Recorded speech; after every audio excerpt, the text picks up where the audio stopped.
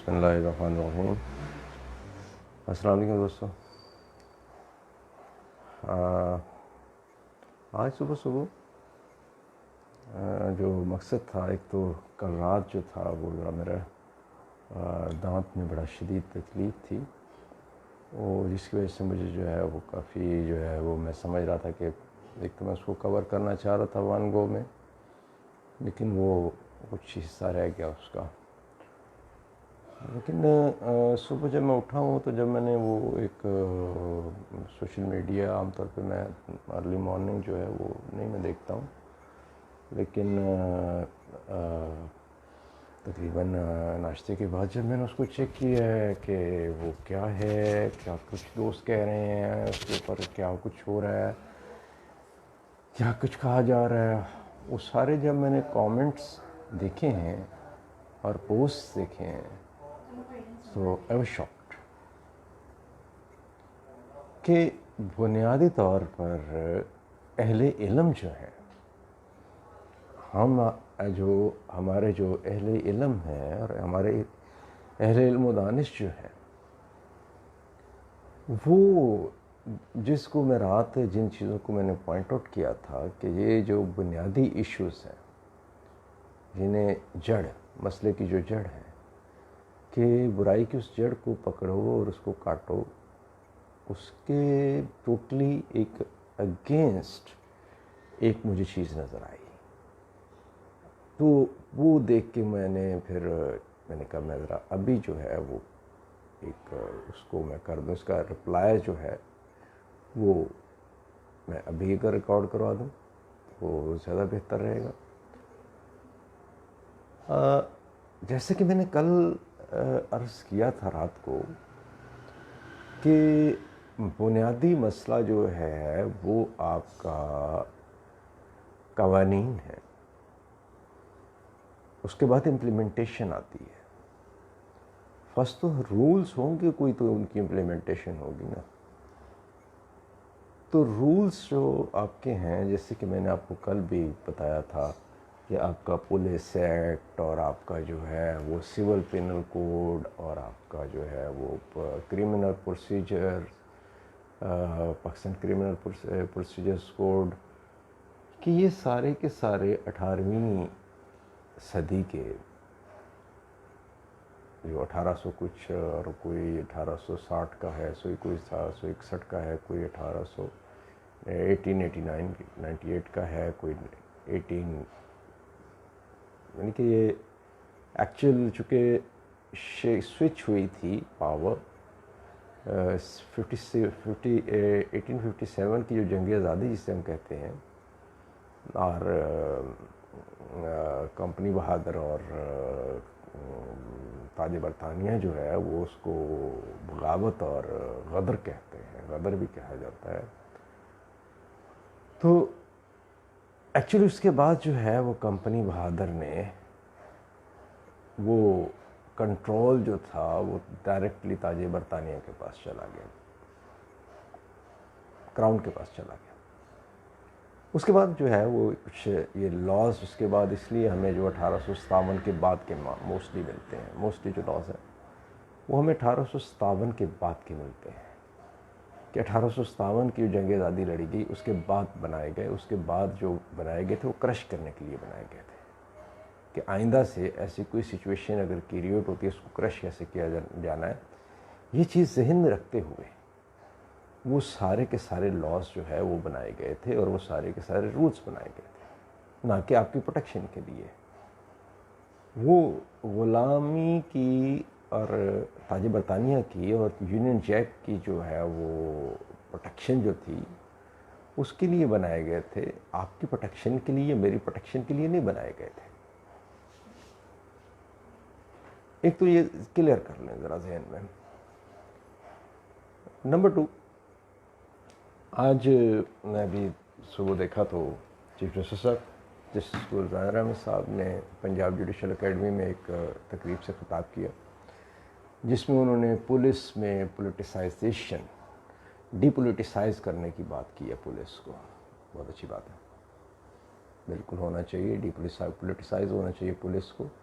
और जैसे कि दुनिया के मुअज़्ज़म मुल्कों में है कि वो एक टोटली इंडिपेंडेंट एक अदारा है और वो इंडिपेंडेंटली काम करता है, तो यहाँ भी ऐसे ही होना चाहिए। चौकीदार को हम पैसे देते हैं, किस चीज़ के पैसे देते हैं? हम चौकीदार को किस बात के लिए पैसे देते हैं? अगर हमने मोहल्ले में गार्ड रखा हुआ है या चौकीदार रखा हुआ है, उसको हम पैसे देते हैं, उसको पे करते हैं, किस लिए? हम उसलिए पे करते हैं कि वो हमारे घरों की, हमारी गलियों की, हमारे मोहल्ले की प्रोटेक्शन करता है, हम उसको पे करते हैं। तो पुलिसिंग भी जो है वो जो प्रोटेक्शन की जाती है, जो प्रोटेक्शन प्रोवाइड करती है, जो अपना थ्रू उसको जो पब्लिक टैक्सेस हैं, वो उनसे उनको बजट मिलता है, उनको सब कुछ मिलता है, everything. But issue is here is a total different scenario than other countries. Why? Because आपकी पुलिस जो है वो उसके यहाँ तसव्वुर ही नहीं है कि हम पब्लिक की प्रोटेक्शन के लिए हैं। नो, उनके यहाँ ये तसव्वुर है कि हम जो है, सॉरी टू से, ये ओपन सीक्रेट है, ये तो बच्चा बच्चा पाकिस्तान का जानता है कि एक एएसआई या एक सिपाही या एक दूसरा कोई अफसर, एनीबॉडी, वो जब एक ह्यूज जो है वो उसके ब्राइबरी, वो अपना पैसे दे के तो वो भर्ती होता है, फिर उसकी पूरी सर्विस के दौरान जो मामला चलते हैं कि पोस्टिंग, ट्रांसफ़र, हर चीज़ में वो पैसे पैसे पैसे पैसे पैसे। अच्छा, शेब सेटल ने जब उनको, ये बड़े अच्छे बड़े काबिल हमारे अफसर हैं साबिक़ आईजी, उन्होंने किताब लिखी थी जिसमें उन्होंने उनको जब रिकमेंडेशंस उनसे मांगी गई थी पुलिस रिफॉर्म्स के लिए, तो उसमें उन्होंने कहा था कि जी आप पुलिस जो है वो पुलिस के यहाँ जो है अपना मुअत्तली, सस्पेंशन और ट्रांसफ़र, ये सज़ा समझी नहीं जाती।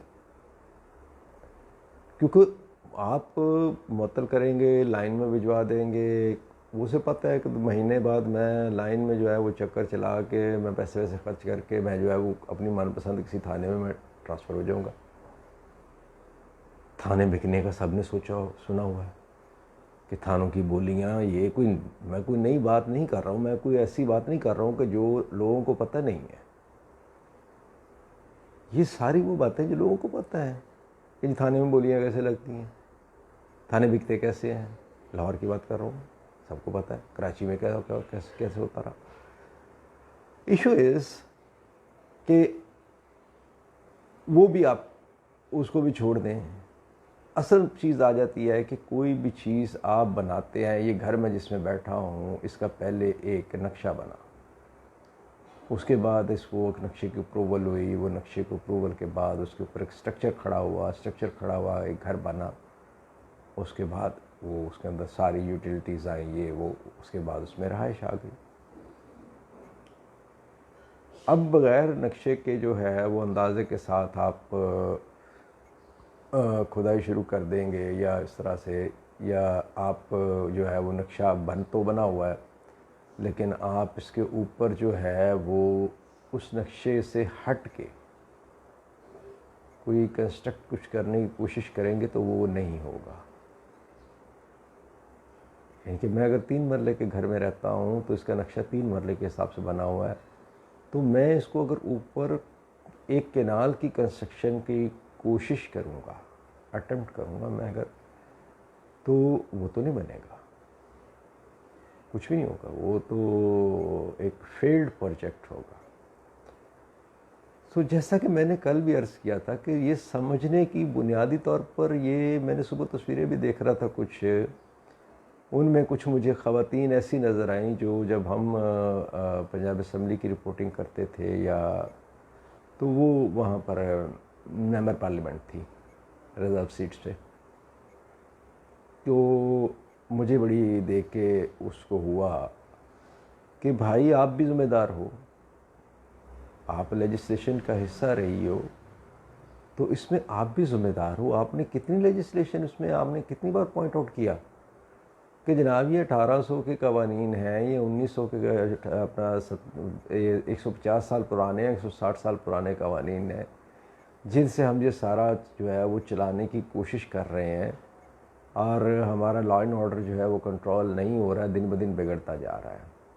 एक तो ये फैक्टर है। एक तो ये कवानीन का जो मैंने इसमें तो कल रात मेरे पूरे कल हुआ मेरा, आप देख सकते हैं लास्ट में जो वीडियो है इसका जो पार्ट 1 है, कि एक पूरा जो है वो उसमें मैंने पूरी डिटेल के साथ मैंने वो बात कर दी है कि बेसिकली जो है वो कॉलोनियल अहद के जो कवानीन हैं उनको जो हमने कॉपी पेस्ट किया, कॉपी पेस्ट करके उनके हमने कवर बदले।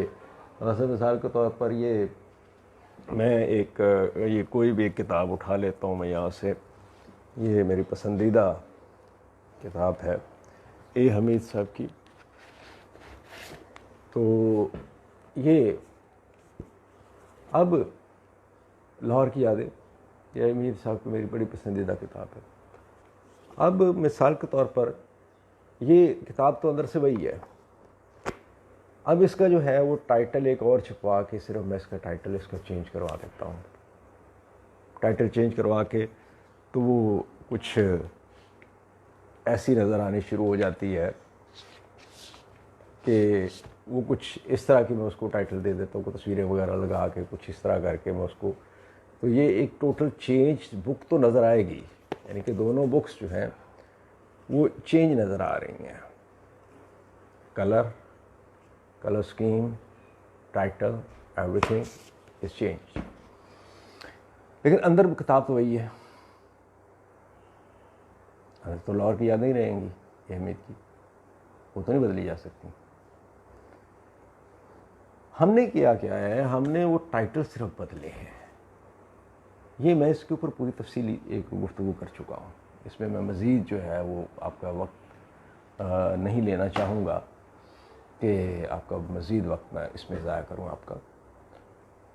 अब एक दूसरी तरफ आ जाते हैं, एक और इसमें जो फैक्टर है जो रात रह गया था, जिसको मैं असल में कवर करना चाह रहा था, लेकिन वो टाइम काफ़ी ज़्यादा लंबी होगी वीडियो, वो है अर्बनाइजेशन।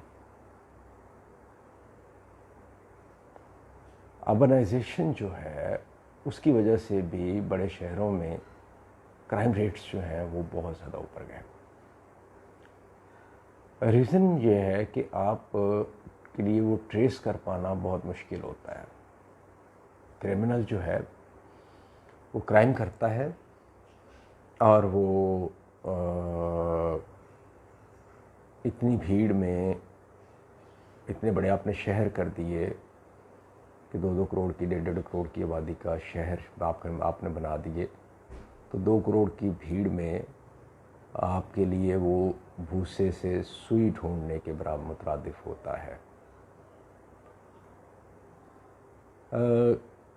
कुछ अर्सा पहले की बात है कि हमारे इलाके में जो है वो बाइक्स की चोरी का जो है वो बड़ा मामला था। तो मैं यहाँ पे उस वक्त सोसाइटी का प्रेसिडेंट भी मैं था, बल्कि डिफेक्टो अभी भी हूँ। तो वो मेरे पास दोस्त आए, उन्होंने कहा जी कि इसका कुछ सद्भाव किया जाए, ये तो बड़ा काम ख़राब हो रहा है। तो मैंने कहा यार आप अपनी एहतियात, एक तो पहले तो आप अपनी एहतियात करें कि आप बाहर छोड़ के मत जाएं। और मतलब कि एक मोटरसाइकिल ऐसी उठाई गई कि जो साहब स्टार्ट बाइक ब्रांड न्यू, और वो स्टार्ट है और चाबी भी उसके अंदर लगी हुई है, और वो अंदर से कुछ चीज़ लेने गए उसको ऐसे छोड़ के। तो वो तो लेके जानी थी कि जिसको मर्ज़ी ले जाओ, उसके ऊपर जो मर्ज़ी बैठे उसको जो है वो ले जाए। तो मैंने ऐसे भी मामलात होते हैं। तो एनीवे वो मेरा दोस्त था एक, उसका भाई यहाँ पर SHO लगा हुआ था, मेरा क्लास फेलो था, कॉलेज फेलो था।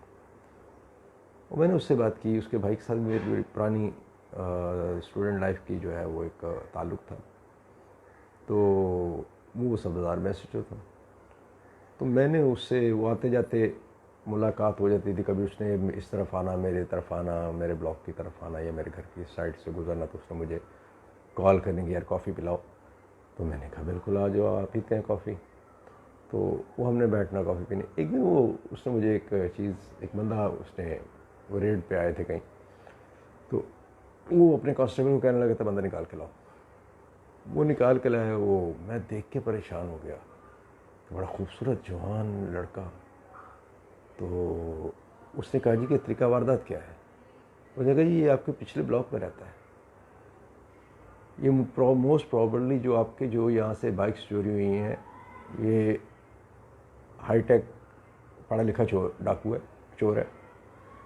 तो ये करता क्या है कि ये गाड़ी, ये बाइक चोरी करता है और ये पूरा फैमिली, और यानी कि फैमिली तो हम नहीं कह सकते, एक पूरा गैंग है। तो ये फ़ोन करता है, मोबाइल कॉल करता है और उन्हें कहता है कि ये गेट खोल दें। और वो चोरी की गाड़ी, यानी कि एक गली से चोरी हुई, 4 गलियां पीछे वो गेट खुला, घर के अंदर गई, गेट बंद हो गया। अब आप ढूंढते रहें पूरा लाहौर और पूरा पाकिस्तान, अब नहीं तलाश कर सकते। आपकी ज़िंदगी गुजर जाएगी, आप नहीं तलाश कर पाएंगे। तो मसला ये है कि वो भी ये शाखसाना है अर्बनाइजेशन का, और उसमें माशाल्लाह से इल्ला माशाल्लाह मैं कोई मुखालिफ नहीं हूँ, लेकिन लाहौर के जो इश्क लाहौर से रखने वाले लोग हैं, मैं उनमें से हूँ। और मैं ये समझता हूँ, मैं ये कहता हूँ कि इसमें जो हमारी जो हमने बचपन देखा, जो हमने बचपन में ये सारे एरियाज़ देखे, ये सब कुछ देखा कि उसमें जो मियां नवाज शरीफ और मियां शहबाज शरीफ, इनके ख़ानदान का बहुत बड़ा हाथ है कि लाहौर को आपको एक सडन लिमिट जो है, इनके नहर एक आपको लिमिट मुकर्रर कर देनी चाहिए थी, उससे आगे लाहौर को नहीं जाना चाहिए था। इस साइड से आपको रावी का पुल जो है वो एक नेचर आपका एक बॉर्डर था, एक नेचर उसकी आपकी एक डिवीज़न हुई थी कि रावी के इस तरफ लाहौर है, उधर से एक पुराना एक डिवीज़न चली आ रही थी चुंगी अमर सदू कि भाई ये लाहौर। जीटी रोड पे भी इसी तरह, यानी कि आप जब रावी को काट देते तो जीटी रोड खुद वो उसमें से वो भी एक तो वो साइड निकल जाएगी। मुल्तान रोड आप नहर को कर देंगे तो वो मुल्तान रोड और रायवन रोड वाली साइड निकल जाएगी। छोटा यूनिट जो है आप सल्लम की, नबी वसल्लम की बहुत मशहूर और मुतवातर हदीस है कि शहरों को बढ़ने न दो, शहर बढ़ने लगे तो आगे बढ़कर नए शहर बसा लो।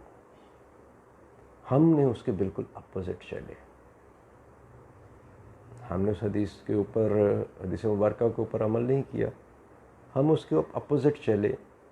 नतीजा क्या निकला? आज हम भुगत रहे हैं। कराची को देख लें, लाहौर को देख लें, और आने वाले वक्तों में आप इसी तरह जो पिंडी है या फैसलाबाद है, अल्लाह ना करे, ये आप देखेंगे कि इन शहरों को गवर्नमेंट्स नहीं, लोग नहीं, ये शहर लोगों को चला रहे होंगे, माफियाज चला रहे होंगे।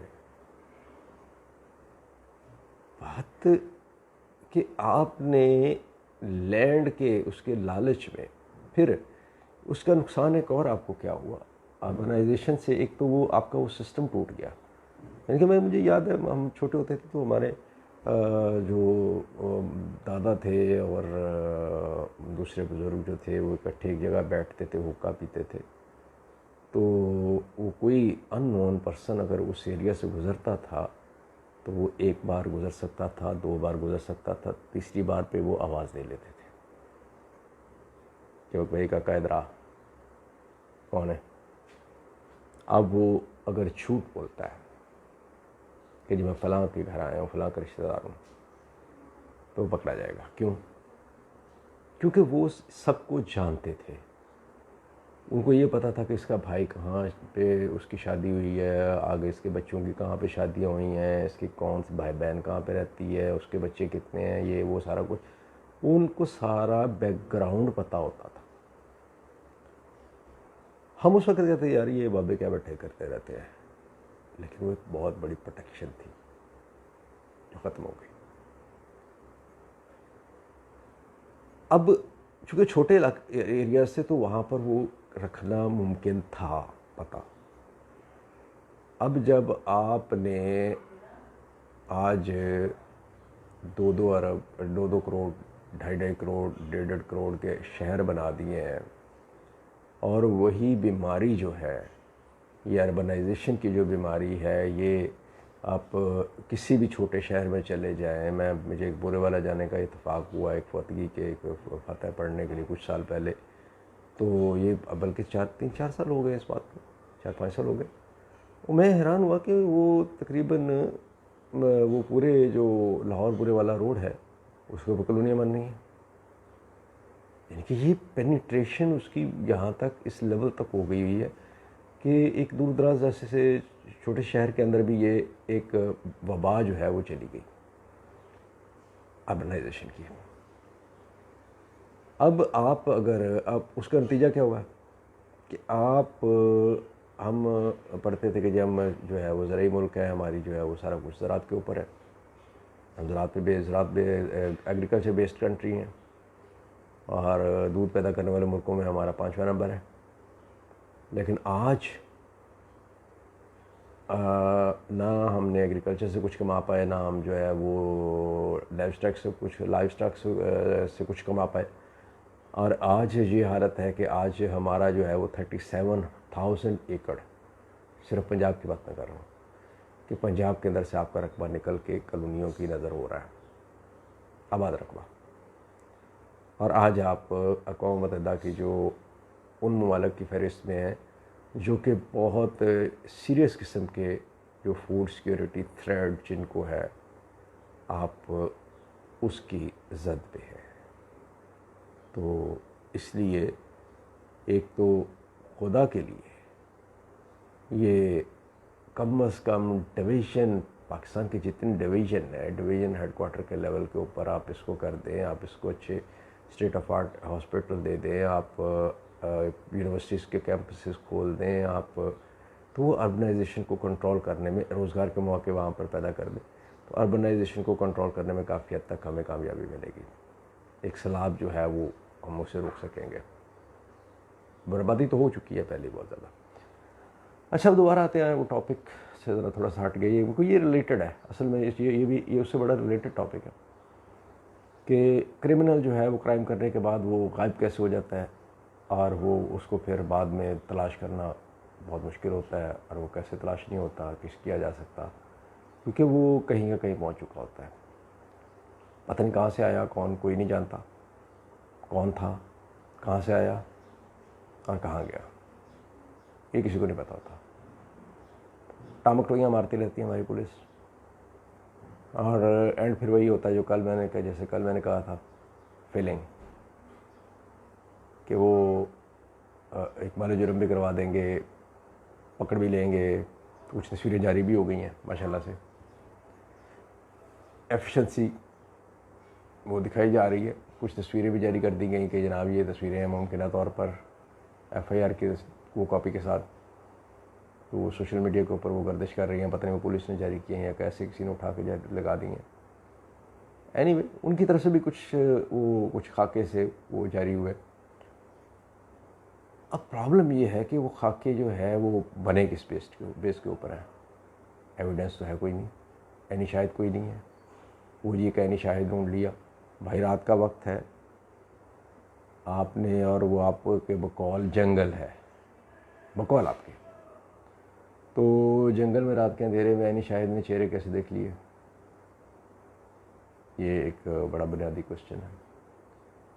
तो अब बात फिर वही है कि वो प्रेशर को रिलीज़ करने के लिए कुछ लोग पकड़े जाएंगे, सरेंडर होंगे, इतराफ़ जुर्म भी हो जाएगा, इकबालिया बयान भी हो जाएंगे, और उसके बाद वो जो एक प्रोविज़न मौजूद है आपके कानून में कि मुलजिम किसी भी वक्त जो है वो अपने बयान से वो कर सकता है, उसको राइट है, वो अपना बयान बदल सकता है।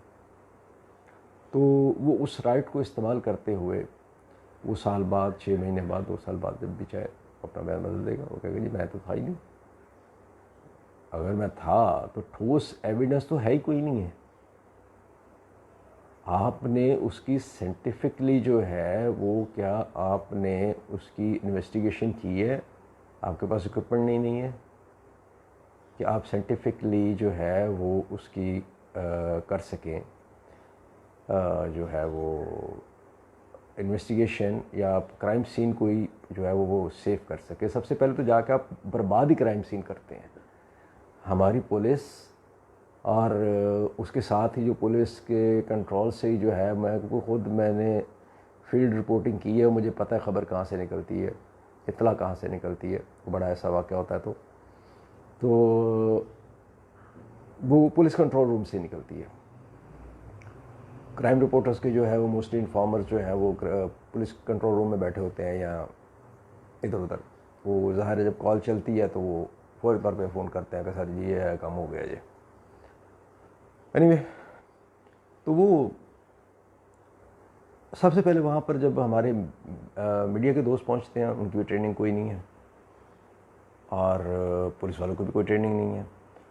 वो सबसे पहले जाके वहाँ पे क्राइम सीन बर्बाद करते हैं। जो एविडेंस होते हैं, पॉसिबल एविडेंस होते हैं, उनको डिस्ट्रॉय कर देते हैं। उनको सेफ नहीं किया जाता, क्राइम सीन को सेफ नहीं किया जाता, उसको डिस्ट्रॉय कर दिया जाता है मुकम्मल तौर पे।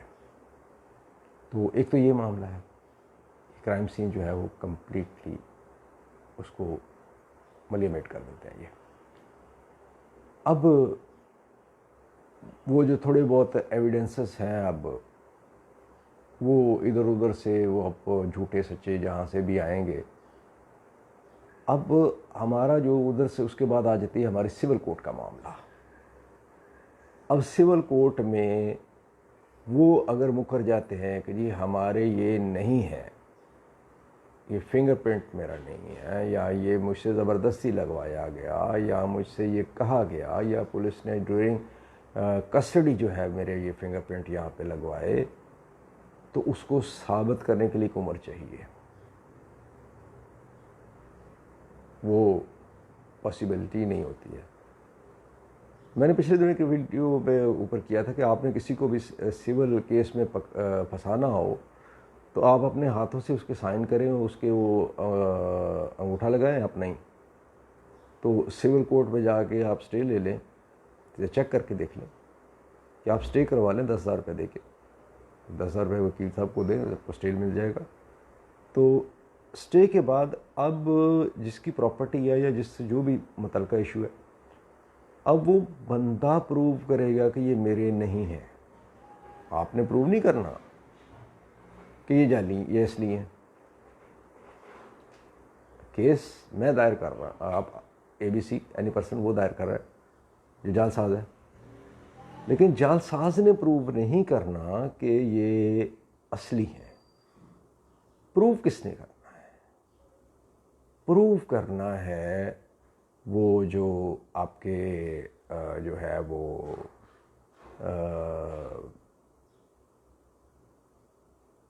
क्या कहते हैं, मदई, सॉरी दूसरी जो फ्रीक है, मुतासरा फ्रीक जो दूसरा है, उसको प्रूव करना पड़ेगा। उसको पूरी उम्र लग जाएगी, उसकी नस्लें गुजर जाएंगी ये प्रूव करते हुए कि ये अंगूठा और ये दस्तखत जाली हैं। अच्छा, कल मैं बात कर रहा था कानून शहादत की। तो ये एक ये काफ़ी फंसी हुई है यहाँ पर बुक। ये एक इतनी मोटी किताब, ये एक मेरे पास पड़ी है। अब इसको मैं किसी वक्त इसको मैं अभी फंसी हुई है किताबों के अंदर, तो इसको मैं निकाल के मैं कुछ चीज़ें आपको दिखाऊंगा कि ये कहाँ से चल रहा है काम। ये 1900 कौन सा सन है, कहाँ से चल रहा है, 1800 कहाँ से सन से चल रहा है, और आज 2020 है। मैं जो बार बार पिट रहा हूँ, चीख रहा हूँ कि आपका पूरे का पूरा मुल्क जो है उसके जितने महकमे हैं, आपका इलेक्ट्रिसिटी एक्ट है, आपका कस्टम एक्ट है, आपका जो है वो अपना जनाब इमिग्रेशन एक्ट है, आपका जो है वो पुलिस एक्ट है, आपका जो है वो लैंड से मुतल्लिक जो है वो एक्ट हैं, वो जितने भी एक्ट्स हैं आपके, जितने भी जिन भी इस कायदे व ज़ाब्त के तहत पूरा मुल्क चल रहा है, वो सारे के सारे कॉलोनियल अहद के हैं, 150 साल पुराने, 150-200 कोई 150 साल पुराना, कोई 250 साल पुराना है। तो आज आप 2020 में खुदा के लिए ये सारे लेजिस्लेटर जो हैं इनको जूते मारें। क्या कर रहे हैं ये, और क्या करते रहे ये 73 सालों में? ये सारी सियासी पार्टियां ये जाके जवाब दें, कौम इनसे जवाब मांगे, गिरबान पकड़े इनके कि भाई 73 साल तुम लोग क्या करते रहे हो? आपने कौन सी लेजिस्लेशन की है? आपने सेक्शन अफसर को दिया, उसने 2 लाइनें लिखी, 2 लाइनें डाल के उसमें कमेंट डाल दी 1900 फलाना फलाना जी, 1996 अमेंडमेंट लॉज 1996 फलां फलां एक्ट। उसकी तशरीह में तो जाएं भाई, जिसके जो उसने फंक्शनल, उसका जो है उसने फंक्शनल होना है, या जो अप्लाई उसने होना है, जो उसके जो क्लॉज अप्लाई होने हैं, फिर जो फंक्शनल क्लॉज जो उसके आगे वो सारी उसकी जो डिटेल है, जब उसके आप डेप्थ में जाते हैं, डिटेल्स में जाते हैं, आपको पता चलता है कि जी वो आपने यूं जाके डाइव किया और उसके बाद फिर वो आप यूं गहरे वो अंधेरे समुद्र में चले गए 1850 या 60 में। तो खुदा के लिए अगर तो आप वाकई सीरियस हैं और इस मुल्क को बचाना है, तो मैं एक और बात करने जा रहा हूँ। सोशल कॉन्ट्रैक्ट 2 फ़रीक़ैन के दरमियान होता है, या कोई भी कॉन्ट्रैक्ट होता है, 2 फ़रीक़ैन होते हैं जो उनके दरमियान जो होता है, जब तक दोनों फ़रीक़ैन मुतमईन रहें उस वक़्त तक वो कॉन्ट्रैक्ट जो है वो वैलिड रहता है। अगर एक फ़रीक का भी जो है वो एतमाद उठ जाए तो वो अनवैलिड हो जाता है, उसकी हैसियत जो है वो मशकूक हो जाती है। 1973 का इनका जिस भी हालात में बना, लेकिन वो एक जज्बाती कैफियत हालात थे, तो उसकी वैलिडिटी के ऊपर काफ़ी क्वेश्चंस हैं, और उसकी जो है वो आज जो ज़रूरत महसूस की जा रही है कि एक नया सोशल कॉन्ट्रैक्ट जो है उसकी ज़रूरत है। चाहे आप उसको 1973 का नाम ही रहने दें, कोई मसला नहीं है, आप चाहे उसको कॉन्स्टिट्यूशन ऑफ पाकिस्तान 1973 ही रहने दें, टाइटल वही रहने दें। अगर आप इतना 150 साल पुराना जो है टाइटल बदल के चला रहे हैं, तो उसका भी वो टाइटल सिर्फ टाइटल वही रहने दें, अंदर किताब बदल दें, उसको आज के तकाज़ों के मुताबिक कर दें खुदा के लिए, अगर आपने बचाना है तो। और अगर आप नहीं करेंगे तो आप बचा नहीं पाएंगे, फिर बहुत ज़्यादा लॉस, नुकसान बहुत ज़्यादा होगा। आपके बहुत बड़े अच्छे पढ़े लिखे लोग, पहले मुझे समझ नहीं आती थी कि यार लोग क्यों छोड़ के चले जाते हैं पाकिस्तान को। अब थोड़ी थोड़ी समझ आनी शुरू हो गई कि लोग क्यों जाते हैं। और मैं खुद उनमें से हूँ जिसने पाकिस्तान को तरजीह दी थी अमेरिका को छोड़ के। और आज मैं समझता हूँ इतने सालों के बाद कि मेरा फैसला गलत था। मैं पूरी होशमंदी के साथ ये बात कर रहा हूँ, जज्बाती नहीं हूँ।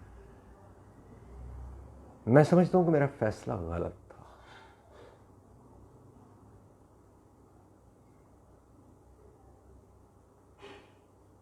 मुझे 2012 की एक बात याद है। मैं स्टेट्स में था, तो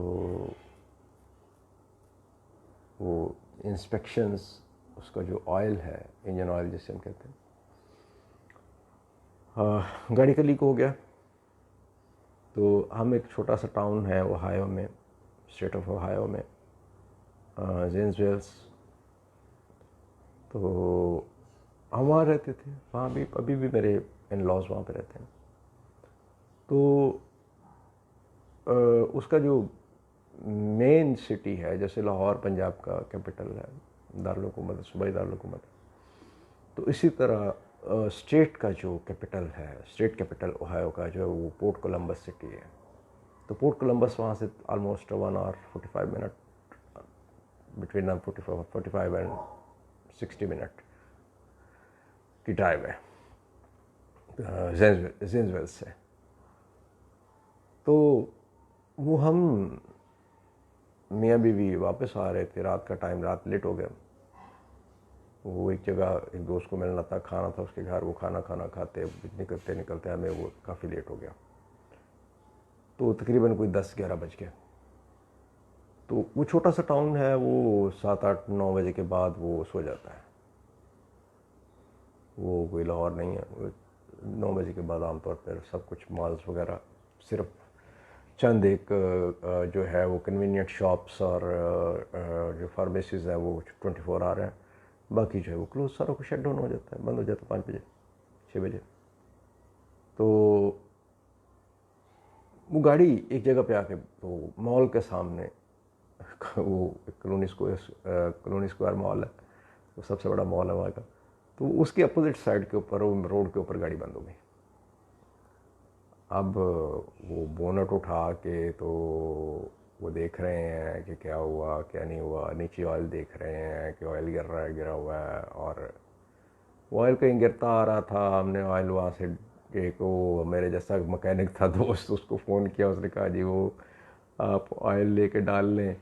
तो हमने वहाँ से ऑयल परचेज़ किया कोलंबस से, वो ऑयल डाला, वो उस ऑयल ने हमें वहाँ तक पहुँचा दिया था।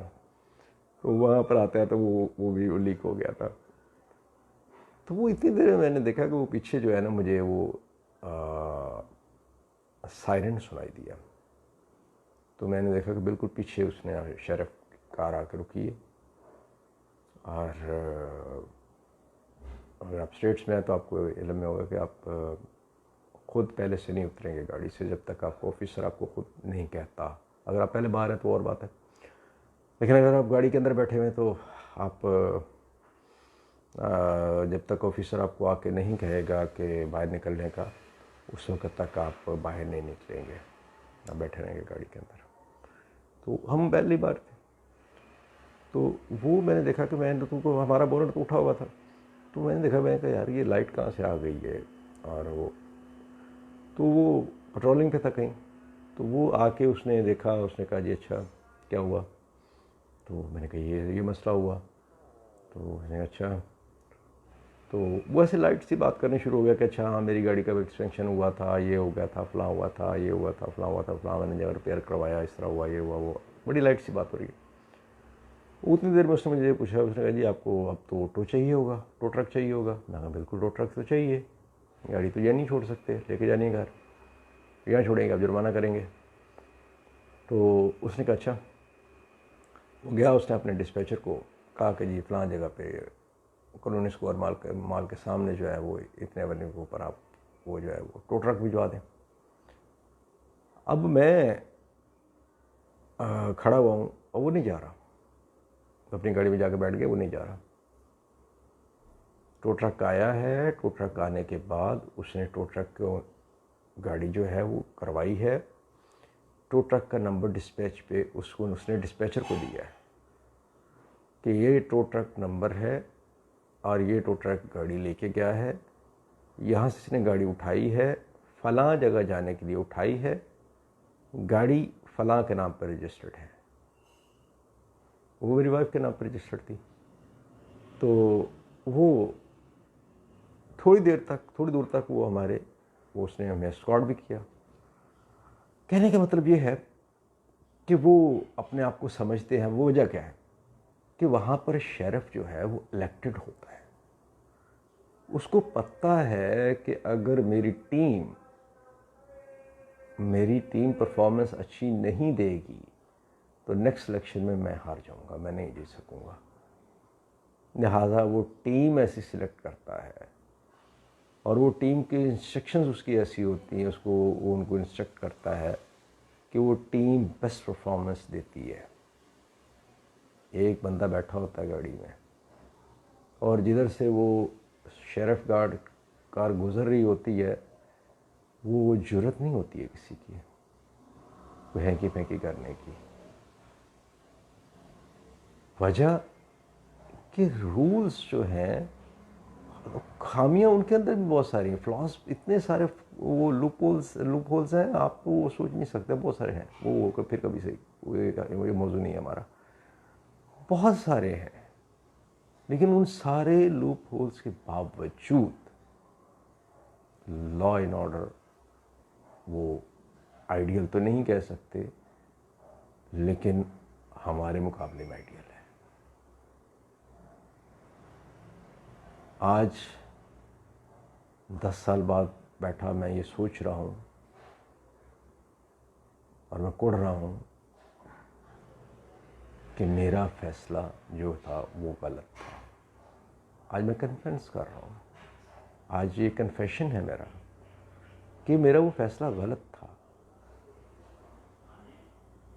ये क्यों हुआ, ये क्यों हालात ऐसे आए, क्यों इस नहज पे हम पहुँचे कि हमारे लोग जो हैं वो अपने आप को ज़्यादा महफूज महसूस कर रहे हैं। वो कहते हैं अगर बचना है, प्रोटेक्शन चाहते हो तो पाकिस्तान छोड़ दो। क्यों? इसके ऊपर कभी सोचे? रेटिंग, या वो आप वीडियोस बना के आप रेटिंग के लिए, आप क्लिक्स के लिए, आप फॉर गॉड सेक क्या कर रहे हैं आप? जब बचेगा ही कुछ नहीं, बर्बादी इतनी हो जाएगी, तो इसको रेटिंग को चाटेंगे आप? कुछ खुदा का खौफ करें, कुछ अकल से होश के नाखुन लें और इसको जो है वो सीरियस लें, इसको मेहरबानी करें गवर्नमेंट भी। और इसके ऊपर अब आपके पास जो 3 साल है, उसमें कम से कम आप इसको जो 2-4 जो बेसिक जो पब्लिक डीलिंग के महकमे हैं, वो कम से कम उनके लिए कानून साजी नहीं करवा दें। उनके लिए आज 2020 के तकाज़ों के मुताबिक कानून साजी करवा दें। आपके पास क्या इतने कैपेबल लोग नहीं हैं, इतने कॉम्पिटेंट लोग नहीं हैं आपके पास? पाकिस्तान के अंदर नहीं है लोग, मौजूद है। सो मेहरबानी करें, आप पहली पत्थर रखें और चीफ जस्टिस साहब आप भी नसीहतें ना करें, सिर्फ मेहरबानी फरमा के माफ़ी चाहता हूँ कि तौहीन अदालत से डर लगता है मुझे। बात यह है कि आप जो है वो सिर्फ नसीहतें ना करें, बड़े बुज़ुर्गों की तरह। आपके पास अथॉरिटी है, अल्लाह ताला ने आपको अथॉरिटी दी है, आप ऑर्डर करें, आप गवर्नमेंट को ऑर्डर करें और उनको कहें कि भाई ये इतने अरसे में उनको टारगेट दें कि ये इतने अरसे में ये आप करके ला के ये आप हमें रिपोर्ट करें। आप असल मसले को आप भी जानते हैं, मैं भी जानता हूँ, और जो मुक़्तदर हल्के हैं वो भी जानते हैं, और जो समझदार लोग हैं वो सारे जानते हैं कि असल बुनियादी बुराई की जड़ क्या है। उसको जब तक नहीं काटेंगे उस वक्त तक कुछ भी नहीं होगा। जितना मर्ज़ी ज़ोर लगा लें, जो मर्ज़ी कर लें। इसके साथ ही इजाज़त दीजिएगा। रब्बना आतिना फिद दुनिया हसना व फिल आखिरति हसना वक़िना अज़ाबन्नार। अस्सलामु अलैकुम।